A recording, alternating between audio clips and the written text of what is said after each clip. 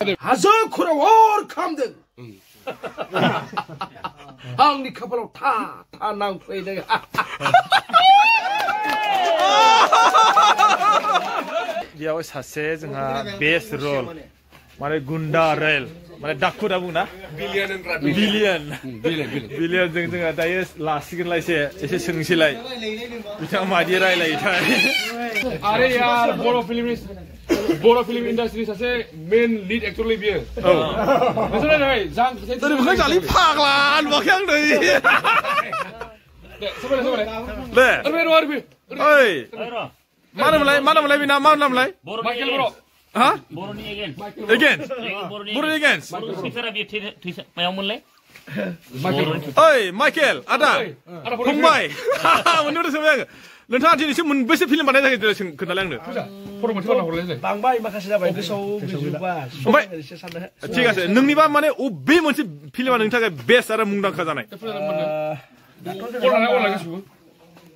जांख्रिथाय थैसाम औ बेनिफ्राय नै दा मोनसे दाहाल होननाय मोनसे औ बे आरो बेनिफ्राय नोंनि थाखाय मा अबे मोनसे फिल्मा फार्स्टलै अबे मोनसे फिल्मा नोंनि थाखाय फार्स्ट जानाय फार्स्टआवहाय मोनसे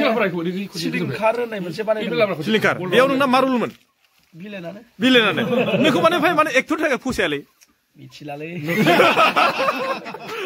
ओमफ्राय नोंखौ मालाबा सोरबा डाइरेक्टरफ्रा माने एक्टराव फसायना फसाया मानो फसाया ओमफ्राय नोंखौ जेनेबा गुन्दा हिसाबै मोननायाव नोङो मा सानो गोसोआव जेबो साना बियो बेहा सासे बर' फिल्म गुन्दाजों एक्टरजों खोथा गैया एक्टिं खालामग्रानि एक्टर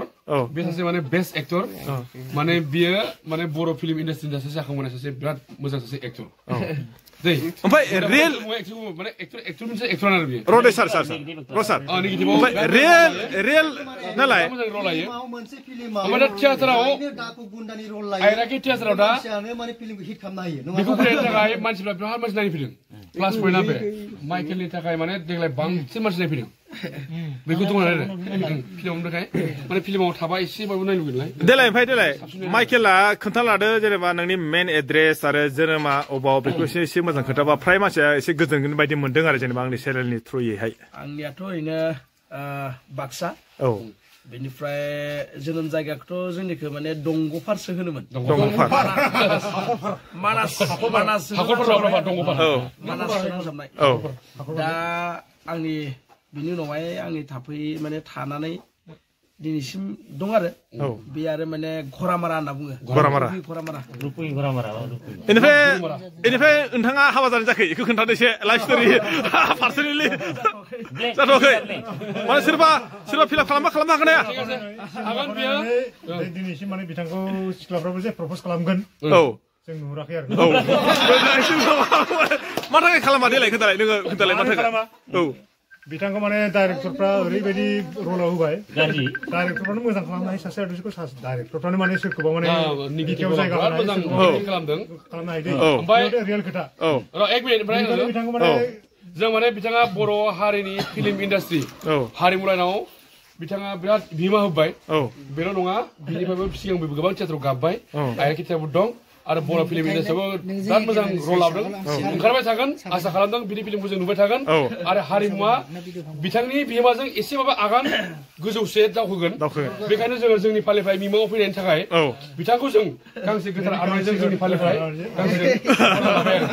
माइकेल बर' जांख्रिथाय थैसाम सुप्रिम मा मिथियो पुलिस रल लादों बियो दाहालावबो दं बियो बेनिफ्राय आं मोनसे सोंनाय दै माइकेल आं माइकेलखौ होनबाय आंनि एकदम बेस्ट फ्रेन्ड हिसाबै आरो नोंथाङा माने फार्स्ट टाइम जेनेबा थियेटाराव फैजेननाया अबे मोनसे थियेटाराव नोंथाङा फार्स्ट टाइम एटेन्ड जादोंमोन आगान होजेननाय आरो जेनेबा आंथ' फार्स्टआव माने बे इन्सट्रुमेन्टआवसोमोन दामनायावसोमोन सोरां मोनजो माने बिनि स्टेज मोनसे बावदों बियो सासे माने बिराद गिदिर एक्टर नङा ओरै दामग्रा माने ताब्ला बाजा माने बिना भकेल हाय दंमोन नोंनाव माने बिना माबा लादों माबा लादों माने दल दामनानै जुदि जिउ खुङा जानो लुबैदोंबा बेनाव आथिं हमफै जोंहा मानाव आरो सोरबा जुदि माने भकेल सोलोंनो गोसोबा थाफ्ला नामा थाब्लानाय बियो माने बिनाव सार्टिफिकेट दं आरो बियो माने बेजोंनो बियो मोनसे प्रफेसन खुंनो हानाय बेहा मोनसे माबा दं आरो माने फिल्म जगताव माने जानो हानाय बेनाव एक्टिं प्लास दामनायजों बेहा इनिफ्राय इनकाम दं दे ओमफ्राय ओमफ्राय सार दे ओमफ्राय बे थाफ्लानिफ्राय नोंथाङा माने बेसेबां सम बै बिदि रुल मोननाया बेसेबां नङा ताब्ला बे ताब्ला नङा ताब्ला दामो ओमफ्राय ताब्ला दामनाय नोंथाङा बबे समनिफ्राय आरो बबे मोनसे फिल्माव बा बबे मोनसे इन्डास्ट्रियाव माने एक्सन मोनजेननाय फार्स्ट टाइम माने बिदिनो आं माने सुरा मन्जुआव ताब्ला दामजेनदोंमोन बिनिफ्राय बोसोरनै दामनानै बिदिनो भाग्यबो नांगौ बोरैबा सासे माने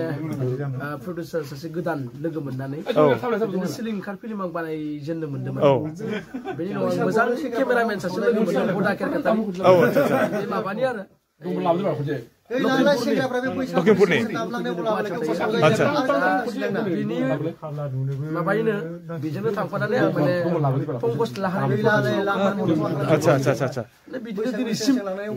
एसे गेदेरनि सायाव गेदेर मोनलांगासिनो दं आरो ओमफ्राय नोंथाङा माने गुन्दा रुलाव मोनबाय थानाय माबायदि मोनो गोसोआव ओरैनोथ' जेनेबा खालामनानै मोजां मोनो मोननायालाय खिन्थु न'नि फुरायनिफ्राय माबा अजद दं नामा इदि रुल लानायाव गैया ना रावबो अजद गैया ना न'निफ्राय ठीक আছে गोजोननाय थाबाय नोंखौ माने जोबोद गोसो गोजोन मोनदों आं नुफेरनाय आरो गोसो गोजोन मोनदों खिन्थु टाइम होनो हायाखै आं मोनदों खिन्थु दिनै लास्ट खनसे माथो फैबाय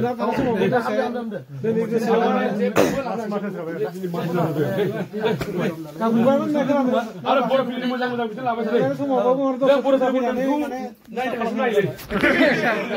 आदा माइकेल दं होनबाथाय आदा खिखौबो जों नोंनि थाखायसो नंगौब्रा दाबो दाहाला बारा गाज्रि जायाखै मोजां जादों बै नेक्स्ट थांनाय बोसोराव जे बे हाजोखौ थांग्रो होननाया ओरैब्ला देलाय एसे माने नोंनि फेभारिट डायलग देलाय होलाय नों माखौ एकदम नोंनि थाखाय फेभारिट डायलग फिसा आरो गुसुं सर्ट होनो सिनेमा हक थियेटार हक आरो जिखुनु नों मोनसे माखासे दङ देलाय नोंनि थाखाय माया फेभारिट माने मोनसे सर्ट आरो दा ओरैनो नोंसोरनावनो आं होदोंमोन बै माबायाव मा होनो फाखन नायजाब जेब्ला नोंसोरनाव फैजेनदों हाजो खराव अर खामदों आंनि खाफालाव था था नांफा रिलेक्सनखौ फैथ'नो नोंला खोमा देलाय जाखिमोन देलाय दे एसे जास्ट आरो जाय जों नायनो लुबैदों माने जोङो दे भिडिअल' नङा जों एक्चुअलि जों लाइभ नायनो लुबैदों जों लाइभ हाजो खराव अर खामदों आंनि खाफालाव था था नांफैदों